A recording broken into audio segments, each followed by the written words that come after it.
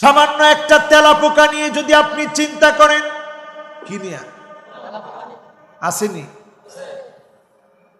কেমন বিরক্ত লাগে তেলাপোকা দেখলে না? আমি একদিন চিন্তা করতেছি, আল্লাহ এই তেলাপোকা এটা আপনি কি লিগে বানাইছে। চিন্তা করার পরে চিন্তা করলাম কোনোটা তো আল্লাহ অনর্থক বানায় না, তাহলে তেলাপোকাও যিনি অনর্থক বানায় নাই তিনি কি? আমি এটা নিয়ে একটু পড়াশোনা করলাম। টেক্সাস ইউনিভার্সিটির একজন প্রফেসর শ্রীনি, আমার বহু আগে তিনি গবেষণা করে রেজাল্ট দিয়ে রাখছে। আমি দেখলাম যেই প্রতিবেদনটা উনি লিখেছেন, ওই প্রতিবেদনটা পড়লাম, বিলিয়ন বিলিয়ন বছর পূর্বে যিনি তেলাপোকা দুনিয়ায় পাঠাইছেন তিনি কে? কারণ এই তেলাপোকার যে পায়খানাটা, এটা থেকে এমন একটা নাইট্রোজেন বের হয় যে নাইট্রোজেনটা দিয়ে আল্লাহ তাআলা পরিবেশটাকে সবুজ সতেজ রাখতে গিয়ে এই নাইট্রোজেন ক্রিয়াটাকে আল্লাহ কাজে লাগায়। জোরে কোন আল্লাহু আকবার। এই তেলাপোকা দেখবেন না খেয়ে থেকে দিনের পর দিন, মাসের পর মাস না খেয়ে এক কোনায় বসে আছে, আপনার লাইব্রেরির এক কোনায় বসে আছে, অথবা আপনার আলমারির এক কোনায় বসে আছে, কোনো খাওয়া দাওয়া নাই। কিন্তু খাওয়া দাওয়া ছাড়াই তার পেট থেকে যে পায়খানাটা, ময়লাটা বের হচ্ছে, এই ময়লা দিয়ে যিনি নাইট্রোজেন ক্রিয়াকে চলমান রেখে এই জমিনের মধ্যে ভারসাম্য রক্ষায়, সবুজ শ্যামল রাখার ক্ষেত্রে ক্রিয়াটাকে চলমান রেখেছেন তিনি কে? তেলাপোকা খায় না এমন কিছু নাই। প্লাস্টিক খেয়ে বাঁচতে পারে, সাবান খেয়ে বাঁচতে পারে, ময়লা খেয়ে বাঁচতে পারে, আপনার নখ খেয়ে বাঁচতে পারে। সকল ময়লা আবর্জনাগুলো খেয়ে আপনার পরিবেশের ভারসাম্য রক্ষায় যাকে আল্লাহ নিয়োজিত করে রেখেছে, সেই ছোট্ট তেলাপোকা। জোরে কোন আল্লাহু আকবার। এই জন্য কোরআন কারীমের মধ্যে আল্লাহ রাব্বুল আলামিন জানায় দিচ্ছেন, কাইফা তাকফুরুনা বিল্লাহি ওয়া কুনতুম আমওয়াতান ফাআহইয়াকুম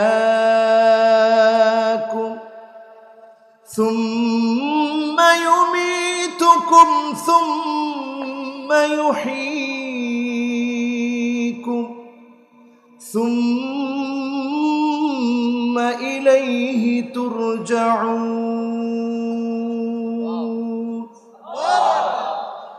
হুয়াল্লাযী খালাকা লাকুম মা ফিল আরদি জামিআ সুম্মা ইসতাওয়া ইলাস সামাই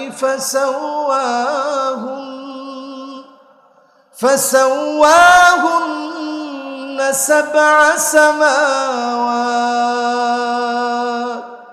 وهو بكل شيء عليم।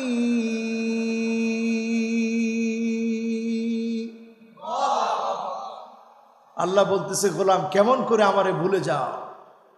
তোমরা ছিলা মৃত, সেখান থেকে যিনি জীবিত করেছেন তিনি কে? আবার যিনি মৃত বানাবেন তিনি কে? যার সামনে দাঁড়াতে হবে তিনি কে? এরপরে আল্লাহ বলছেন, আসমান আর জমিনের ভিতরে যা কিছু আছে বানাইছি তোমার জন্য। জোরে কোন আল্লাহু আকবার। মনোনিবেশ করেছেন আকাশের দিকে, সন্নিবেশিত করেছেন আকাশগুলোকে। একটু চিন্তা করেন, এই সব যিনি আমাদের জন্য সাজিয়ে দিয়েছেন তিনি কে? আজকে আর পুরো ব্যাখ্যা করার সময় নাই, যেহেতু সুযোগ, সময় শেষ। 10টা মিনিটে শেষ করি, কষ্ট পাবেন না তো? ইনশাল্লাহ বলেন। শেষ করতে চাই এইভাবে, আল্লাহ রাব্বুল আলামিন আমার জন্য, আপনার জন্য জান্নাত বানায় রাখছেন। সন্দেহ আছে? বর্তমান নাস্তিকরা প্রশ্ন করে, কই জান্নাত? দেখি না তো, কেমনে বিশ্বাস করি? আরে তুই দেখোস কদ্দুর?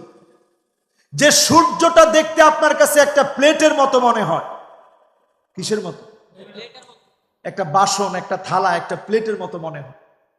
বর্তমান মহাকাশ বিজ্ঞান গবেষণা করে বলছে, এই সূর্যটা এক অ্যাস্ট্রোনমিক্যাল ইউনিট দূরে, মানে 15 কোটি কিলোমিটার দূরে। কোন আল্লাহু আকবার। যেই তারাটা দেখতে একটা ছোট্ট ছোট্ট কিসের মতো লাগে, এই যে একটা মার্বেলের মতো দেখা যায়, ছোট ছোট। যে যেটা দিয়ে খেলে, বাচ্চারা খেলে মার্বেল দিয়ে, কয় হুজুর মার্বেলের মতো লাগে। সৌরজগতের এক একটা তারা, সবচেয়ে কাছের যেই তারা, ওইটা 3 লক্ষ অ্যাস্ট্রোনমিক্যাল ইউনিট কিলোমিটার দূরে। আল্লাহু আকবার। আজকে না কইলেও হবে, বুঝেন নাই মনে হয়। এক অ্যাস্ট্রোনমিক্যাল ইউনিট যদি 15 কোটি কিলোমিটার হয়, সৌরজগতের সবচেয়ে কাছের তারা, আমাদের দেখা সবচেয়ে কাছের তারাটা 3 লক্ষ অ্যাস্ট্রোনমিক্যাল ইউনিট, মানে 3 লক্ষ গুণন 15 কোটি সমান সমান কত? 45। টিপ দেন। সমান সমান কত? সমান সমান মাথা নষ্ট। সমান সমান কত? আনলিমিটেড, যেটা আপনার চিন্তায় আপনি মাথায় আনতে পারবেন না। এত বিশাল একটা তারা, এত দূরে। জোরে কোন আল্লাহু আকবার। এরপরে বিলিয়ন বিলিয়ন গ্যালাক্সি, সেখানের মধ্যে একটা ছোট্ট গ্যালাক্সির সদস্য হচ্ছে মিল্কি ওয়ে গ্যালাক্সি, যেটা দুধের মতো দেখা যায় আকাশের মধ্যে, দেখেন না? এইটার ভিতরে আবার বিলিয়ন বিলিয়ন নক্ষত্র। সূর্য ওইটার সাধারণ নগণ্য এক সদস্য। যেই সূর্যটাই এত বড়, তাইলে আমার আল্লাহ কত বড়। আল্লাহু আকবারটা তো বুঝা বলতে পারলেন না।